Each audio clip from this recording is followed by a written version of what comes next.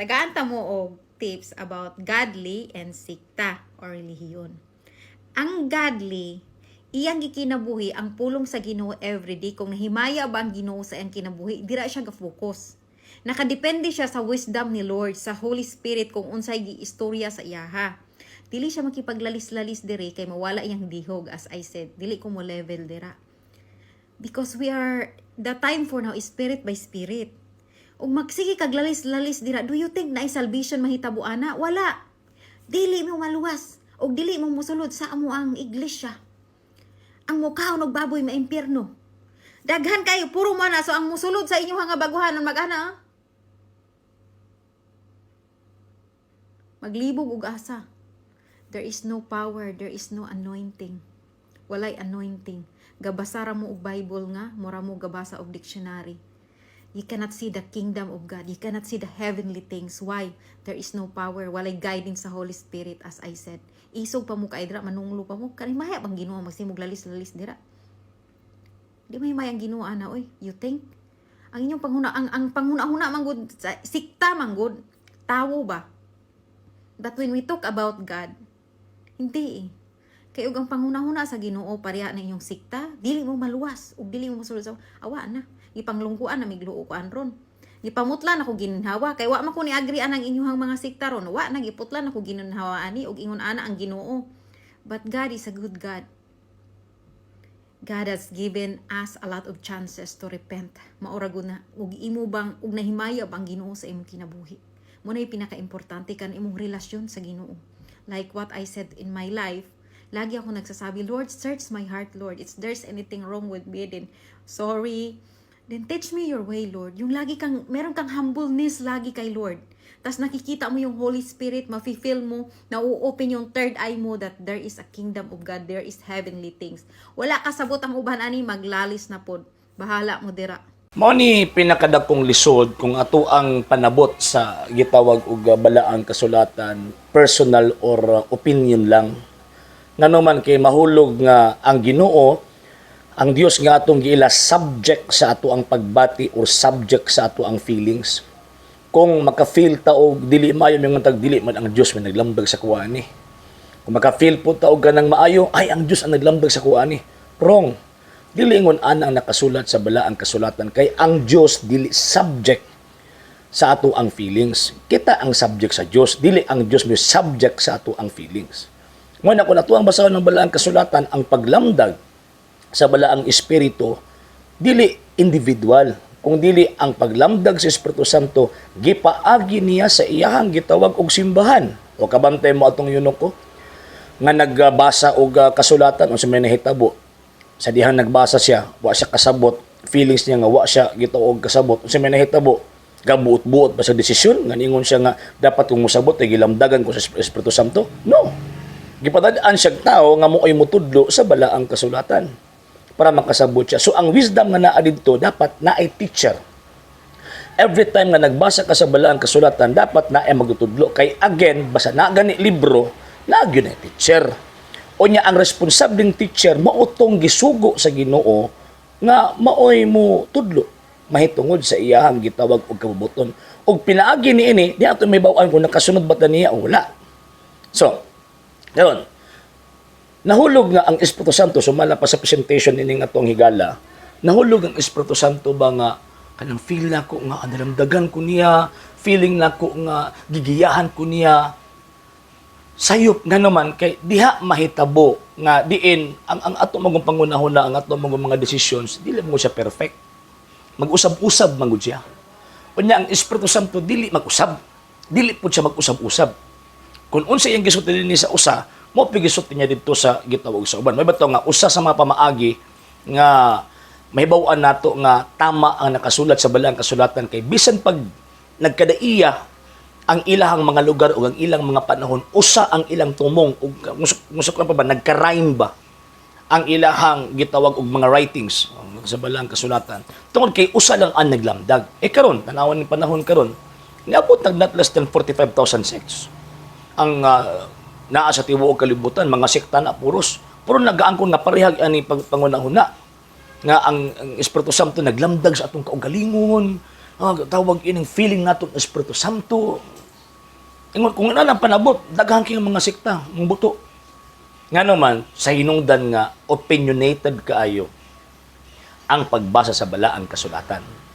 So, unsa may insakto? Ang insakto, maminaw ta sa teacher. Kay ang Kristo na may gisugo nga magtudlo may tungod anong nakasulat.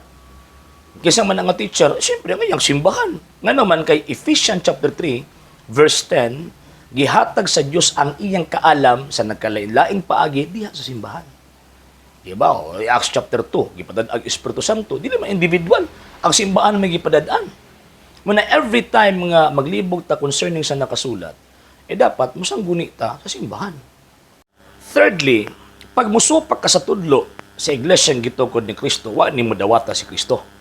Sa may gasot ni Ginoo si Kristo, St. Luke chapter 10, verse 16. Ingon pa ni Ginoo sa Ginoo, ni Ginoo si Kristo, ang nagdawat ninyo, nagdawat nako, nagdawat sa nagpadala kanako. Ang namati ninyo, namati nako, ug namati sa nagpadala kanako. So kung dili ka mamati, dili ka mosunod sa mga gisugo sa Ginoo nga naay koneksyon didto niya. Tabdara nga wa nimo gi pamati ang Ginoo nga Kristo, wa nimo gidawat ang gitawag og Ginoo nga Kristo. So kung wa nimo gidawat ang Ginoo nga Kristo, dili man ka patay physically, pero patay ka spiritually. Another point, makinabuhi na itong Ginoong Kristo pinagi sa pagdawat niya spiritually and physically. Dili pwede nga mingon lang ta nga gidawat ako si Ginoong Kristo, ako paso nga man luwas na ko. Bisa magalingkod lang galutok, pitok na umata or galutok na umata. Nga mingon niya ka gidawat na nimo si Kristo tungod sa imong pagprofess lang sa imong baba kulang. Nganong kulang man? Sa hinungdan nga ang balang kasulatan nagtudlo nga. Number 1, kinahanglan nga na kay pagtuo. I-profess nimo imong pagtuo. Number 2, dawaton si Ginoong Kristo spiritually. In what way? Receiving Him by way of receiving the sacrament. Sa man ang mga sakramento, bautismo, konfirmasyon, Santa Eucharistia, ordin sa pagkapari, gitawag og kaminyoon, dihog sa masakiton, o kining gitawag og kumpisan. So diha nato madawat ang Kristo. Man ang kinahanglan pud nato, after nato madawat, ikinabuhi siya. In what way?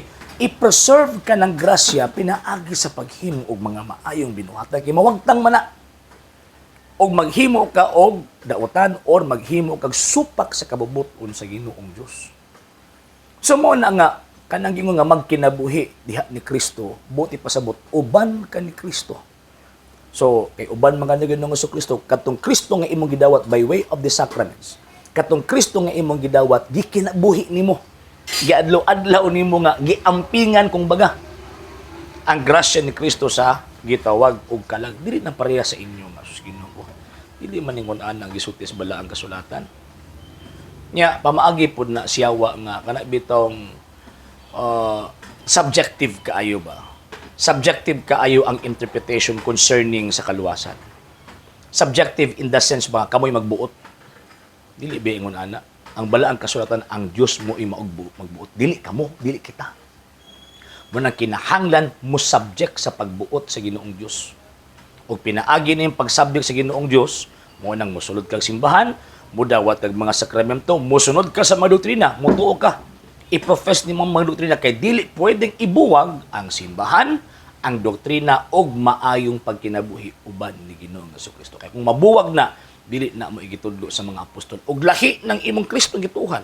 Kung maon lang imuhang tawag ining pagtuo, kay ang pagtuo sa mga apostol uban biya ang simbahan, ang doktrina ug ang imuhang pagkinabuhi.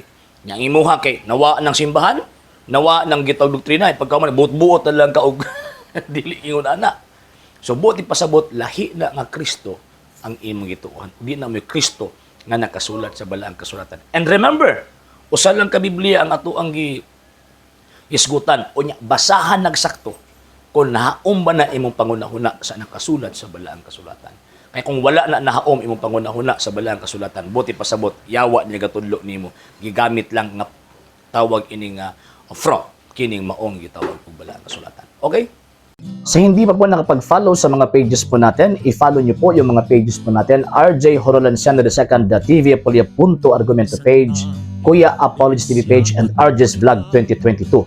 And pwede rin po kayo mag-send po dyan ng Facebook stars. And also, sa ating po mga channels, sa hindi po nakapag-subscribe, subscribe po ninyo yung mga channels natin, Dalay Catholic, Apologist International Official, RJ Sando II TV, Kuya Apologist TV, and Barrio Kawayan Religious Forum. And pwede rin po kayo mag-send po dyan ng super sticker, super chats, and super thanks. And maraming salamat po sa mga kapatid ko mga Katoliko na always pong tumutulong sa programa po natin. Maraming salamat po. Nang dahil po sa tulong at suporta po ninyo, ang programa po ito, until now, andito pa rin po sa social media. And until now din po, nangangailangan pa rin po tayo sa tulong at suporta po ninyo dahil wala po kami magagawa rito mga sir, mga ma'am, kung wala po yung tulong at suporta po ninyo. Sa gusto pong tumulong, sa gusto pong sumuporta, pwede po ninyong ipadala ang tulong at suporta po ninyo sa pamamagitan po ng ating mga account numbers dyan po sa ating pong screen. And pwede nyo po kaming i-message sa ating pong page kung via remittance po yung papadala po ninyo. Maraming salamat po in advance.